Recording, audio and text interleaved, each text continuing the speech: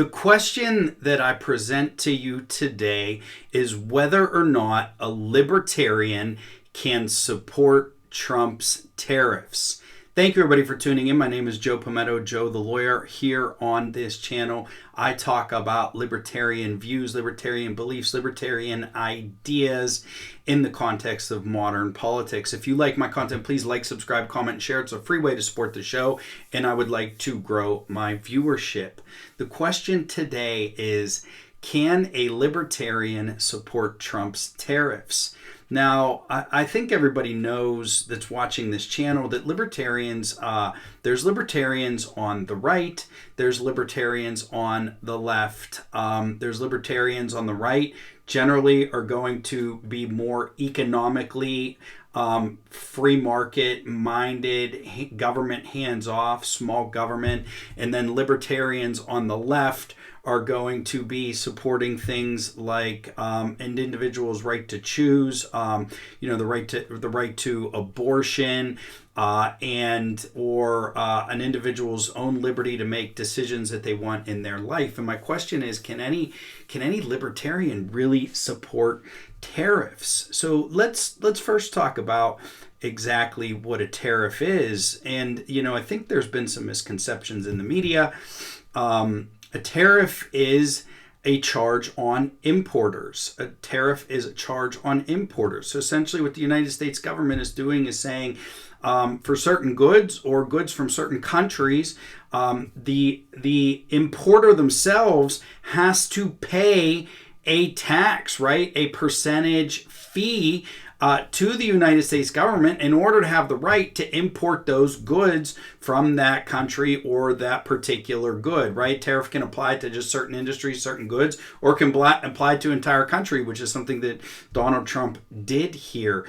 And a lot of people have been saying, and there's truth to this, that what happens is the importers in the United States would then just pass that extra cost. Let's say they could import a product, and this is just for argument's sake, for $10 a piece, but now because of the tariffs, they have to bring it in for $15 a piece. And previously they were selling it for $3 a piece, and now they have to sell it for $6 a piece to make up for the tariff that they had to pay.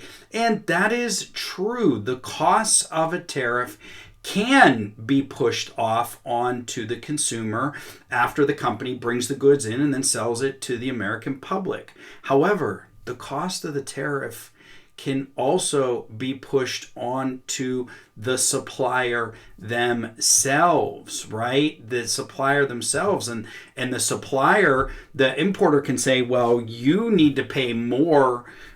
You need to lower your prices to bring that product into the country. So the tariff, the price doesn't just get passed on to the consumer. It also is passed on to the supplier and or the supplying country or nation. I think that's an important point because depending on what those companies do, the industry, the product, consumers might see a rise, but they also may not. And it can depend on how the importer negotiates with the country that has the tariff applied.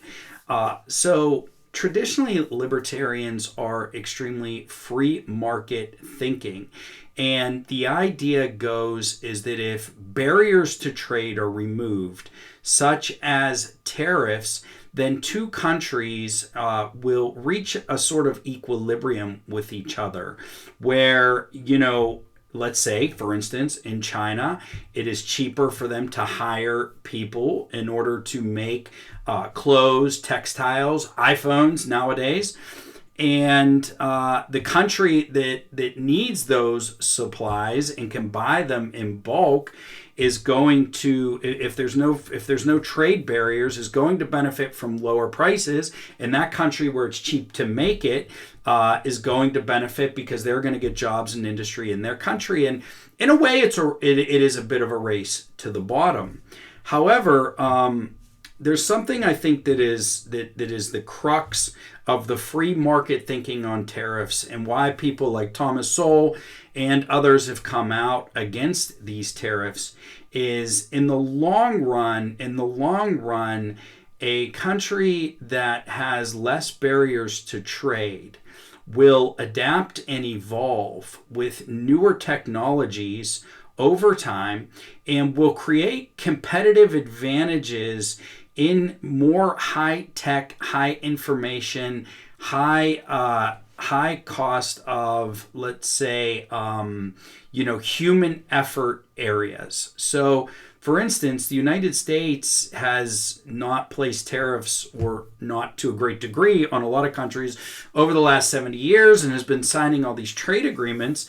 And the idea goes, yes, the United States is going to lose certain industries because of that, because China can hire workers cheaper, Vietnam, Cambodia, Mexico. So certain industries are going to leave the United States and going to go there where they can be produced cheaper. And what that does is that does destroy jobs within the United States. It does destroy jobs within the United States. And but what happens is the American consumer gets a cheaper product. It gets a cheaper product from these countries that can produce it on a cheaper basis, and it forces the American economy to evolve into more higher end manufacturing, higher end technology, and or service-based economy. And that's what happens. That's what's happened over the last 70 years. The United States is still the leader in very much technological innovation. The companies, when it comes to social media, the internet, space travel, weaponry, the United States still leads the way in these very technological areas. And that's a huge competitive advantage to have over other countries. And we're going to sell back to these countries this higher rate technology. And when it comes to national security, that's also a pretty good position to be in, because this technology can be used, as we're seeing with drone technology in the Ukraine-Russia war, but GPS, internet technology can be used by the defense industry as well. And so not only can a country become a high-end sort of economy, but they also get high-end military and national security type weaponry and technology. So that's a benefit. And what happens too when you have free trade is each country will, where they have a comparative advantage in a certain industry, that is the industry that will grow. And it will not artificially prop up industries where that advantage does not exist. So when you have a free market with very few trade barriers, that's what's going to happen. But there are some downsides to that. And it's funny to hear Democrats and liberals be so much against the tariffs, because the Democratic Party used to be the party of the middle class and, or let's say, the working class in America, which is another way of saying a little more poor than the middle class. It's like you have the middle class and the working class is like right here, and then people in poverty. I think that's how it goes. So what free trade does, though, is it does hollow out a lot of those jobs in the middle, because jobs such as the things like the steel industry, where I'm in Pittsburgh, PA, and someone who was my dad's age, and he passed away last year, 75 years old, but if you came of age 18, 19, 20 years old in the 60s or 70s, you could find a steel mill job, and just on blood, sweat, and tears and a hard work ethic, you could have a tremendous 30, 40-year career in a steel mill, provide for your family, have a house, 2 cars, 3 kids, send your kids to college, and have a pretty decent retirement. And free trade over the last 70 years has hollowed those jobs out, because Japan, China, now some other countries have created a competitive advantage in steel because they can pay workers far less to do the job than you can in America. So there's certainly a loss there when you have an unbridled free market system, which is which is pretty much what the United States has been for the last 70 years. So can a libertarian support these tariffs? Well, I think that a purely free market point of view is probably what's best for a country in the long run, but it's hard medicine to take. And I think by hollowing out the middle, it increases inequality to a great degree. Now, if you look at a lot of the tariff situations, the funny thing is, and I don't have all the research to back this up, so if I'm wrong, just please tell me, but this is what I've been reading, is a lot of countries like Germany and some other high-end industrial countries have played it both ways with the free market, but they've used tariffs to protect certain key industries. And I do think tariffs are good in that sense for two reasons. Is number one, that industry may be vital to national security.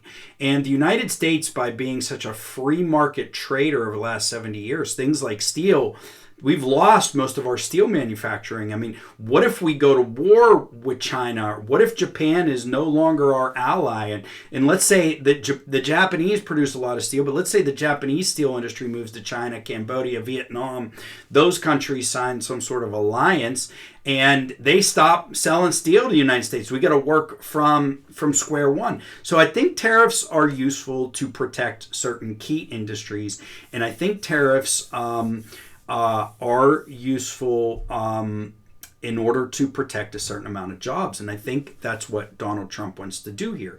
Now, I think overall, like a libertarian is generally not going to be able to support tariffs. But in this situation where for the last 70 years, the United States has pushed free trade, and now it's such a huge shift. It's such a big shift to tariffs. I think it's a strategic use that could be beneficial for the United States.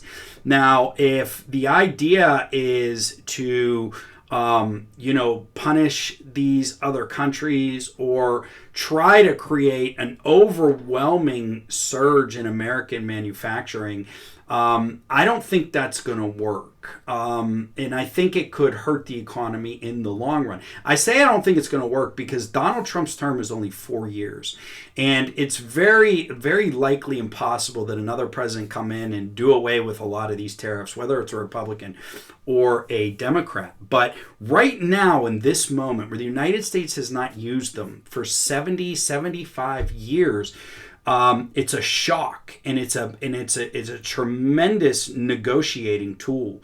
And I think this is what Donald Trump's plan is. And if it is, I think this is a very strategic and intelligent use of tariffs. Is he put out that, he slapped all these tariffs on all these major countries around the world, and the idea is to likely negotiate deals, and it appears to be working because a lot of countries are already knocking on the door, coming to Donald Trump and working out deals with the United States because these tariffs are going to hurt their industries. And if he does that, let's say, let's say there's a square, let's say we put the tariffs that he's put, I'm just going to use a number, say, right now the tariffs are at 100%, and they seem pretty shocking to global trade. But let's say he negotiates away half of them or 3/4 of them, and then 25% stays. And in something like that, protecting maybe American auto industry or the steel industry is not very different from what other countries have been doing the United States. Industrialized countries in Europe and in East Asia have been doing for many, many years. And those economies have still thrived. And many of them have been able to protect many key industries that help support workers in their countries. And it's time for the United States to behave the same way. And we are a country that has more negotiating leverage than any of those other countries. And if the idea is to bring back good jobs and protect certain industries over time, I think that they can be good. Now, tariffs in a perpetual state, I do not think are a good thing. If all the tariffs that Donald Trump put in place are going to stay in place over 10, 20, or 30 years, I actually do think that could be damaging to the United States economy overall. However, we live in very different time than the time when tariffs led to World War II, as many historians say. The tariffs in the 30s, or the tariffs that helped lead to the Great Depression or exacerbate it. The economies are so much more advanced, and especially the United States economy, with a massive population, and trade with just our immediate neighbors.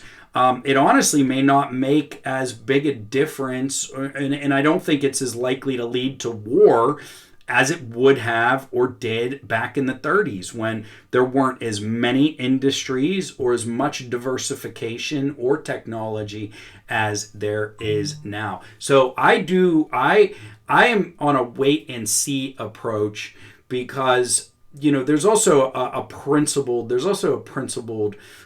view on tariffs. That tariffs are a bit of an indirect tax, and there is some truth to that. From the libertarian point of view, that leaves a bad taste in the mouth.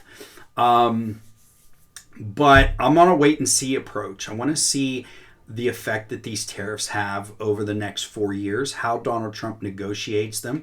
And it could be a huge boon for America if he gets better deals from these countries on a lot of these tariffs and the countries that he's tariffed.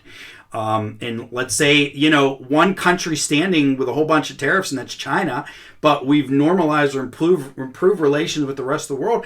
I would have to say that's probably a pretty darn big win. So I'm not for tariffs in the long term. I am on a wait and see approach. I do think if Trump is using them strategically, that they can be useful. And I do think they are called for in certain industries that a country sees as part of its national interest to protect. And I really wish the United States has done more in protecting the steel industry over the last 50 and 60 years. But I don't think I touched on this enough.